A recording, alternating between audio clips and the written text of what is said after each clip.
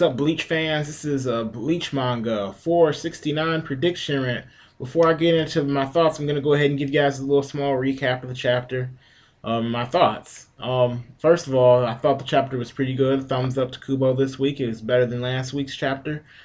Started off with a little action with Tsukushima and Byakuya, and we saw new ability from Tsukushima, but we know that happened toward the end of the chapter. But and a little action from Shishigawa and Ikaku. I kind of liked what Ikaku had said to Shishigawa about, would you sacrifice your life to your boss and whatnot? Because he was saying, Shishigawa was saying he'd do this for Tsukushima and he would die and all that for him. And he was like, would he do that for you? You shouldn't die for anybody, that won't die for you. Although, I think it depends, but, that's my opinion. But I think that, it's pretty good words that what he actually said, so it was pretty cool. And I also like the part where Tsukushima, we saw him set up a little trap and whatnot, seeing his abilities. I'm like, he gave Byakuya a little scare, which is actually surprising. I didn't think a Fullbringer would actually scare a captain like Byakuya. I mean, if you go back to the beginning of Bleach and how scared, everybody, well, maybe not scared, but how freaked out people will be by Byakuya, like Ichigo, losing to Byakuya and whatnot, and how easy it was saying, and they were just hyping up his power. Byakuya has obviously gotten stronger since then, and for Tsukushima to actually give him a little scare, I have to applaud him for that. That was pretty good, pretty cool, to see Tsukushima actually do that. But Tsukushima was never really weak. He was actually one of the stronger Fullbringers, if you ask me.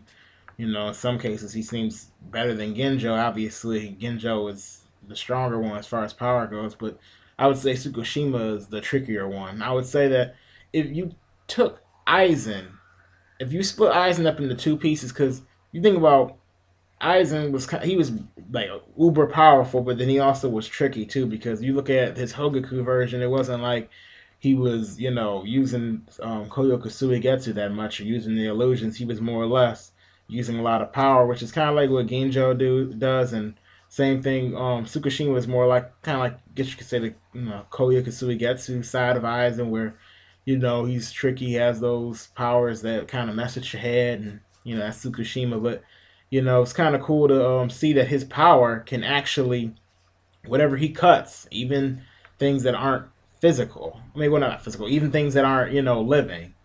I'm like, they will actually actually kind of like memorize, or remember him, or he, I think that's how his ability goes. They remember him, or more or less, he visited that spot.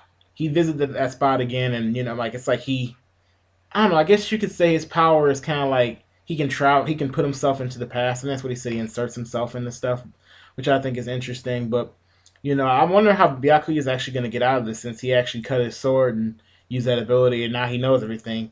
I'm wondering if that means that he knows his Bankai even too, or does he just know his Shikai? Because Byakuya's only used his Shikai on him.